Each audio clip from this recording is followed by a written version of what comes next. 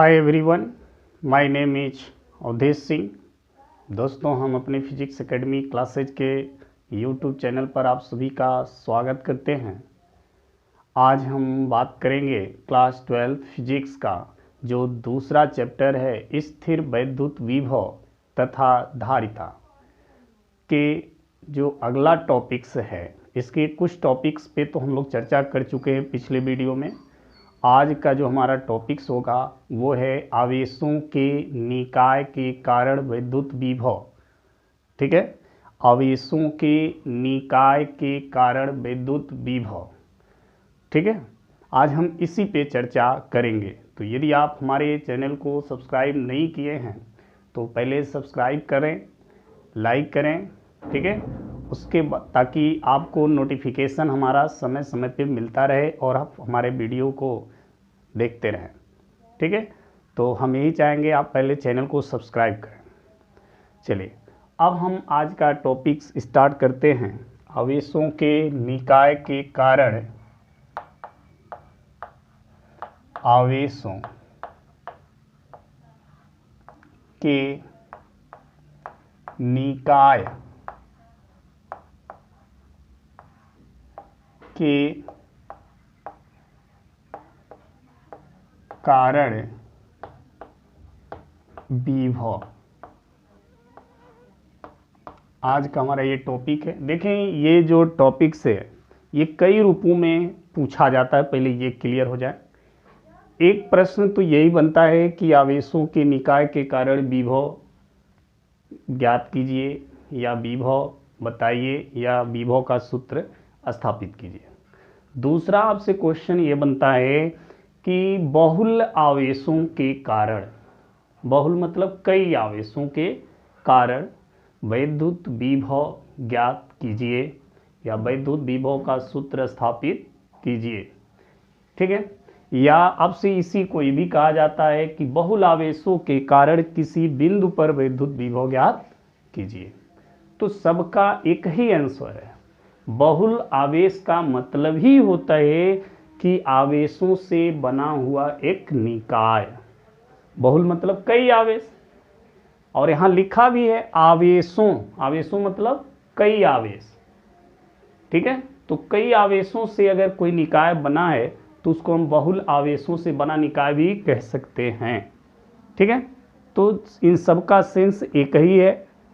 Clear रहिएगा इससे। ये नहीं कि बहुल आवेशों के निकाय के कारण विभव हम नहीं पढ़े हैं, हम नहीं जानते हैं। आप पढ़े हैं। यही जो हेडिंग लिखा गया है यही जो है बहुल आवेशों के कारण विभव की भी बात कर रहा है। ठीक है, तो एक क्लियर रहिएगा। चलिए, अब हम स्टार्ट करते हैं कि आवेशों के निकाय के कारण या बहुल आवेशों के कारण विभव क्या होगा। तो बहुल आवेश हैं तो हम क्या करते हैं, यहाँ पर एक पॉइंट ले लें। ठीक है, और इस पॉइंट के चारों तरफ हम ऐसे आवेश, कुछ आवेश ले रहे हैं। ऐसे कुछ आवेश को ले लिया हमने ऐसे। ठीक है, ये पॉइंट है, मान लीजिए P है, और ये जो आवेश है मान लीजिए Q1 आवेश है, ये Q2 आवेश है, ये Q3 आवेश है, और भी आवेश हैं, और ये Qn है। तो 2-3 आवेश हम दिखाते हैं, लास्ट में Qn आवेश दिखा देते हैं। ये सभी आवेश हैं। ठीक है, अब यहाँ पर हम क्या करते हैं, देखते हैं कि इन आवेशों से P की दूरी कितनी है। तो देखिए, ये दूरी Q1 से P की दूरी हमने मान लिया R1, Q2 से P की दूरी हमने मान लिया R2। ठीक है, R1 और R2, और ये Q3 से P की दूरी हमने मान लिया R3, और Q4 से Qn से हमने P की दूरी मान लिया Rn। ठीक है, ये सभी दूरियां हैं।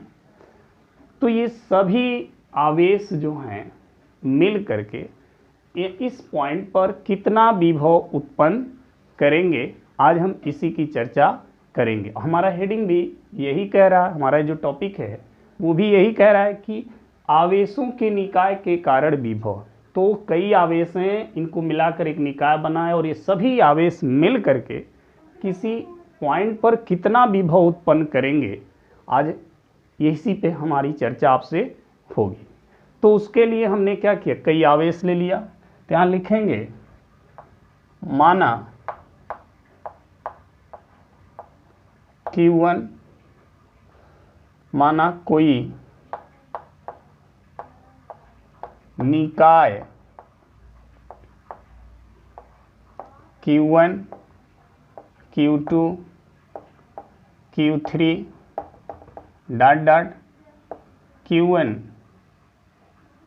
कूलाम के आवेश से मिलकर बना है,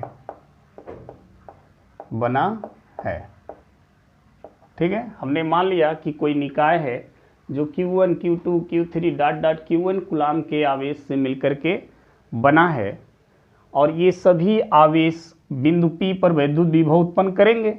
तो P से इन आवेशों की जो दूरी है वो कितनी है, बना है,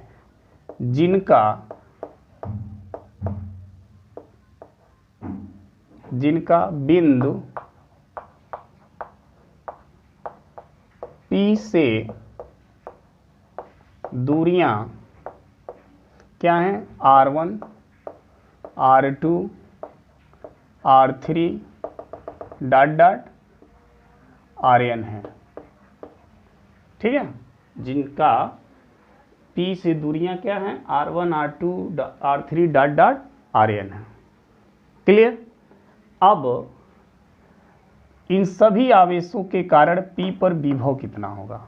तो अब देखें Q1 के कारण P पर विभव, Q1 के कारण अगर हम P पर विभव की बात करें तो वो विभव हमने मान लिया V1, Q2 के कारण विभव V2, Q3 के कारण विभव V3, Q1 के कारण विभव Vn हो जाएगा।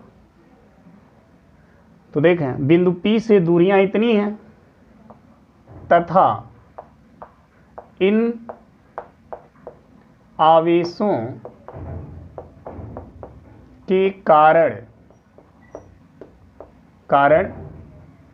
P पर विभव V1, V2, V3 dot dot Vn है। तो P पर परिणामी विभव, P पर परिणामी विभव कितना हो जाएगा। क्योंकि हमको पता है कि वैद्युत विभव अदिश राशि है, वैद्युत क्षेत्र सदिश है और विभव क्या है, अदिश राशि है। क्लियर। तो ये जब अदिश राशि है तो परिणामी जब भी हम विभव की बात करेंगे तो जब इन विभव को हम जोड़ेंगे तो ये ध्यान रहे कि अगर ये आवेश पॉजिटिव होंगे तो इनका विभव पॉजिटिव में होगा, अगर आवेश निगेटिव होंगे तो उनका विभव निगेटिव में होगा। तो जिसका विभव निगेटिव होगा उसको निगेटिव साइन के साथ जोड़ेंगे और जिसका विभव पॉजिटिव होगा उसका हम पॉजिटिव साइन के साथ जोड़ेंगे। चूँकि हमने जो माना है वो सब पॉजिटिव आवेश लिया है इसलिए सबका विभव पॉजिटिव में होगा। लेकिन अगर मान लीजिए अगर ये आवेश निगेटिव होता है तो इसका विभव -V3 हम लिखते हैं, +V3 कभी नहीं लिखेंगे। क्योंकि कल के ही वीडियो में हम लोग, पिछले वीडियो में ही हम लोग पढ़ चुके हैं बिंदु आवेश के कारण विभव में कि यदि आवेश धन होगा तो विभव भी धन होगा, यदि आवेश ऋण होगा तो विभव भी ऋण होगा। ठीक है, ये हम लोग चर्चा कर चुके हैं, तो ये ध्यान रखिएगा। तो हमने यहाँ पे जो भी आवेश लिया वो सब पॉजिटिव लिया, इसलिए सबका विभव पॉजिटिव होगा। तो P बराबर क्या होगा, V1 plus V2 plus V3 plus dot dot Vn। अगर ये निगेटिव होता तो इसका विभव हम यहाँ क्या लिखते, -V3। ठीक है, चूंकि हमने प्लस लिया इसलिए हमने +V3 लिखा। ठीक है, अब देखें यहाँ पर, अब देखें ये आवेश के कारण यहाँ विभव, अगर हम देखें इस आवेश के कारण यहाँ पर विभव, बाकी आवेश को हम कुछ समय के लिए अगर हम भूल जाएं तो इस ये आवेश क्या है? बिंदु आवेश। और बिंदु आवेश के कारण विभव का जो फॉर्मूला हम लोगों ने कल पढ़ा था वो यही था 1/4πε0 Q/r। यही था, बिंदु आवेश के कारण विभव का सूत्र यही था। तो अगर हम सभी आवेश को कुछ समय के लिए अगर हम भूल जाएं तो Q1 के कारण P पर विभव का फॉर्मूला क्या हो जाएगा? यही होगा 1/4πε0 Q1/r1। ये हो जाएगा, क्लियर है? Q1/r1 हो जाएगा। किसके कारण? Q1 आवेश के कारण यहाँ पर विभव, क्योंकि दूरी r1 है तो हम यहाँ r1 लिखेंगे। प्लस अगर इसी तरह हम Q2 के कारण विभव निकालें तो फार्मूला सेम वही लगेगा 4πε0, और ये क्या हो जाएगा? Q/r2 हो जाएगा। प्लस V3 की बात करेंगे तो 1/4πε0 Q2 रहेगा ये, क्योंकि Q2 आवेश के कारण है और ये Q3 आवेश के कारण है, तो Q3/r3 प्लस डॉट डॉट। अब Q1 आवेश के कारण विभव तो Vn है, तो इसका भी हो जाएगा 1/4πε0 Qn/Rn। ये हो जाएगा इन सब का यहाँ पर विभव। अब इनमें से जो कॉमन होगा उसको देखें तो कॉमन है 1/4πε0, और बाकी जो बचा है वो क्या बचा? Q1/R1 plus Q2/R2 plus Q3/R3 plus dot dot Qn/Rn। ये हो जाएगा, सॉरी P पर परिणामी विभव भी होगा। ये हो जाएगा आवेशों के निकाय के कारण किसी बिंदु पर विभव। अब देखें, अध्यारोपण का सिद्धांत हम यहाँ पे लागू नहीं कर सकते, क्योंकि अध्यारोपण का सिद्धांत कल ही हम लोगों ने पढ़ा था। तो उसमें क्या कहा गया? अध्यारोपण का सिद्धांत यही कहा गया कि उसके सदिश योग के बराबर होता है। तो सदिश योग किसके लिए होता है? जो राशि सदिश होती है। चूंकि विभव हमारा अदिश राशि है तो यहाँ पर हम अध्यारोपण का सिद्धांत लागू नहीं कर सकते। अगर अध्यारोपण का सिद्धांत लागू होता तो फिर हम यहाँ पे सिग्मा लागू करके इसको जोड़ देते। ठीक है, तो आवेशों के निकाय के कारण विभव का मान इतना होगा। अब इनमें से जो आवेश नेगेटिव होगा उसका साइन हम यहाँ नेगेटिव लिख देंगे, जो पॉजिटिव होगा उसका पॉजिटिव लिख देंगे, पूरे को हल कर लेंगे, इतने का मान आपको पता है, रख देंगे, आंसर आ जाएगा। ठीक है, तो आवेशों के निकाय के कारण किसी बिंदु पर वैद्युत विभव का अधिमान हमको पूछा जाता है तो हम ऐसे कैलकुलेट करते हैं। ठीक है, समझ में आ गया होगा आपको। चलिए अब एक छोटा सा न्यूमेरिकल भी अगर हम देख लें, न्यूमेरिकल पे चर्चा कर लें छोटा सा।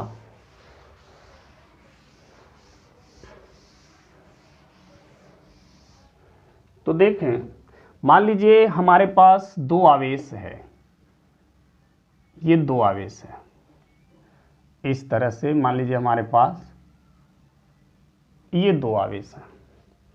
एक जो आवेश है Qn, इसका मान लीजिए दिया हो 3.0 × 10⁻⁸ कूलम, और जो दूसरा आवेश यहाँ पर दिया है Q2 वो हो -2.0 × 10⁻⁸ कूलम। और दोनों आवेशों के बीच की अगर हम दूरी देखें, दूरी मान लीजिए दिया है 15 सेंटीमीटर, ये दिया है। आपसे ये कहा जा रहा है कि दोनों आवेशों के बीच में किस बिंदु पर वैद्युत विभव शून्य होगा। ध्यान से समझिए, ये दो आवेश हैं, दोनों आवेशों के बीच की दूरी है ये। आपसे प्रश्न है कि दोनों आवेशों के बीच में किस बिंदु पर वैद्युत विभव का मान शून्य होगा। हमें नहीं मालूम है किस दूरी पर, तो हम क्या करते हैं, ये जो Q1 आवेश है यहाँ से कुछ दूरी ले लेते हैं। मान लेते हैं ये दूरी जो है x है, यानी x दूरी पर यहाँ एक पॉइंट हम दे दें कोई O, ठीक है। तो अगर ये दूरी x है तो ये दूरी कितनी हो जाएगी, 15 माइनस x हो जाएगा ये दूरी, यानी Q1 आवेश से x दूरी पर हमने विभव शून्य मान लिया, तो Q2 आवेश से वो दूरी कितनी हो जाएगी, 15 माइनस x हो जाएगा। क्लियर है। चलिए अब इसी पर हमें विभव शून्य ज्ञात करना है, तो शून्य विभव कैसे हम कैलकुलेट करेंगे, इसके लिए हम क्या करेंगे, इस आवेश के कारण यहाँ विभव निकाल लेंगे और फिर इस आवेश के कारण यहाँ विभव निकाल लेंगे, ठीक है। और फिर दोनों विभव को जोड़ेंगे और दोनों का रिजल्ट कितने के बराबर आना चाहिए, 0 बराबर 0 होना चाहिए, ठीक है। तो चलिए देखिए एक चीज यहां पर और ध्यान दें कि ये जो दूरी है वो सेंटीमीटर में है, ठीक है। तो पहले हमें इसे मीटर में बदलना होगा, तो जब मीटर में बदलेंगे तो ये सेंटीमीटर, जब आप मीटर में इसको बदलेंगे तो मीटर में कितना हो जाएगा, 0.15 मीटर हो जाएगा, क्योंकि 100 से इसमें भाग दे देंगे। तो फिर ये यहाँ पर जो मान होगा वो भी कितना हो जाएगा, 0.15 इतना आ जाएगा। अब सही है, क्योंकि जब भी फिजिक्स का न्यूमेरिकल हम सॉल्व करते हैं तो हमें ये ध्यान में रखना होगा कि जो भी मान दिए गए हैं वो सब एक पद्धति में होना चाहिए। अगर एक पद्धति में है, जैसे SI पद्धति में हो या सब CGS में हो चाहे सब MKS में हो, तब उसे हम सॉल्व जब करते हैं तो हमारा आंसर एक्यूरेट आता है। लेकिन अगर कुछ मान SI में हो, कुछ मान CGS में हो, कुछ MKS, तो फिर उसको सॉल्व करने में हमें प्रॉब्लम क्रिएट होगी और आई होप हमारा आंसर भी गलत होगा। क्लियर है। तो चलिए देखिए, तो हमने पहले इस सेंटीमीटर को मीटर में बदल लिया। अब Q1 के कारण O पर विभव देखें, Q1 के कारण O पर विभव, मान लीजिए वो विभव क्या है, V1 है, तो क्या आ जाएगा, फॉर्मूला क्या है, 1/4 pi epsilon not Q1 by R होता है, तो यहाँ पे R की जगह क्या है, X, ये हो गया। दूसरा हम देख लें Q2 के कारण O पर विभव, तो क्या हो जाएगा, V2 1/4 pi epsilon not Q2 by दूरी कितनी है, 0.15 माइनस x, ये इसकी दूरी है, ये रख दिया हमने। चूंकि Q2 आवेश नेगेटिव है इसलिए यहाँ पर हम जो साइन यूज करेंगे वो माइनस यूज करेंगे, क्योंकि नेगेटिव आवेश के कारण विभव नेगेटिव होता है। O पर परिणामी क्या हो जाएगा, O पर परिणामी विभव प्रश्नानुसार, O पर परिणामी विभव जो है प्रश्न के अनुसार क्या होना चाहिए, तो V1 प्लस V2, और ये क्या होना चाहिए, 0 होना चाहिए, क्योंकि वहाँ पर परिणामी विभव 0 कहा है। अब देखें V1 का जो मान है वो है 1/4 pi epsilon not Q1 by X, और V2 का मान देखें नेगेटिव है तो minus 1/4 pi epsilon not Q2 by 0.15 minus X, और पूरा क्या हो गया, 0। ठीक है। अब ध्यान दीजिए 1/4 pi epsilon not 1/4 pi epsilon not common ले लें, हमारे पास बचेगा Q1 बाई X और यहाँ बचेगा Q2 बाई 0.15 माइनस X बराबर 0। इसको जब आप इधर भेजोगे ये वाले को तो सब 0 हो जाएगा, हमारे पास ये बचा।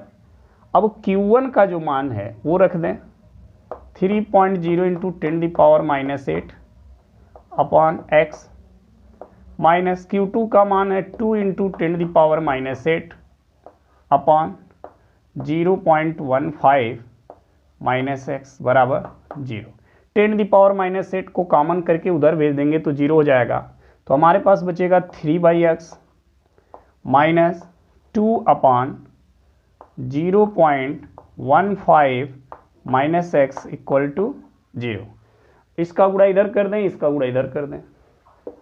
तो देखिए इसका गुणा जब आप इधर करेंगे तो कितना आएगा 0.45 हो जाएगा, और 3 का गुणा माइनस एक्स में तो माइनस 3x इक्वल टू, इसका गुणा इधर करेंगे तो 2x हो जाएगा, सॉरी इतना आ जाएगा माइनस 2x। इसका गुणा इधर कर दें और इसका गुणा इधर कर दें, ठीक है। तो इधर किए माइनस 3x हो गया, इसका गुणा इधर करेंगे माइनस 2x, और इन दोनों का x और 0.15 माइनस x इक्वल टू 0। इसका गुणा जब इधर करेंगे तो ये सब 0 हो जाएगा, इधर क्या बचेगा 0.45, ठीक है। अब minus 3x minus 2x minus 5x equal to 0। अब देखिए इसको आप उधर भेज दें तो 0.45 इक्वल टू हो जाएगा 5x, ठीक है। अब x इक्वल टू अगर आप फाइंड करें तो क्या आएगा 0.45 अपॉन 5। अब डिवाइड कर दें तो x इक्वल टू 0.09 आएगा, यानी Q1 आवेश से इतना मीटर आएगा, इतने मीटर की दूरी पर जो विद्युत विभव होगा वो 0 हो जाएगा, ठीक है। अगर इसे हम सेंटीमीटर में बदलें, मीटर में है सेंटीमीटर में बदलें तो सेंटीमीटर में कितना हो सकता है ये। अगर हम इसको सेंटीमीटर में बदलें, ये मीटर में आया तो सेंटीमीटर में अगर बदलेंगे तो फिर ये वैल्यू कितनी आ जाएगी, 100 से गुणा कर देंगे तो सेंटीमीटर में कितना आएगा 9 सेंटीमीटर, ठीक है। यानी Q1 आवेश से इतनी सेंटीमीटर की दूरी पर जो वैद्युत विभव होगा वो 0 हो जाएगा, ठीक है। तो इस तरह आपको न्यूमेरिकल भी सॉल्व करने आना चाहिए, ठीक है। यदि आपको न्यूमेरिकल पे कमांड बनता है, न्यूमेरिकल आपको अच्छे से समझ में आता है तो फिजिक्स में आपका अच्छी पकड़ बनेगी। तो आप ज़्यादा से ज़्यादा न्यूमेरिकल पे फोकस करें, और न्यूमेरिकल तभी आप समझ पाएंगे जब आप थियरी अच्छे से समझे होंगे। तो हम चाहेंगे थियरी को भी अच्छे से अटेंड करें, तब आपको न्यूमेरिकल अच्छा से समझ में आएगा।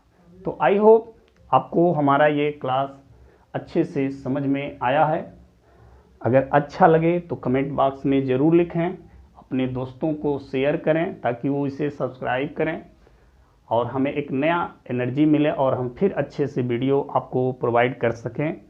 फिर हम अगला वीडियो लेकर आपको मिलेंगे, तब तक के लिए धन्यवाद।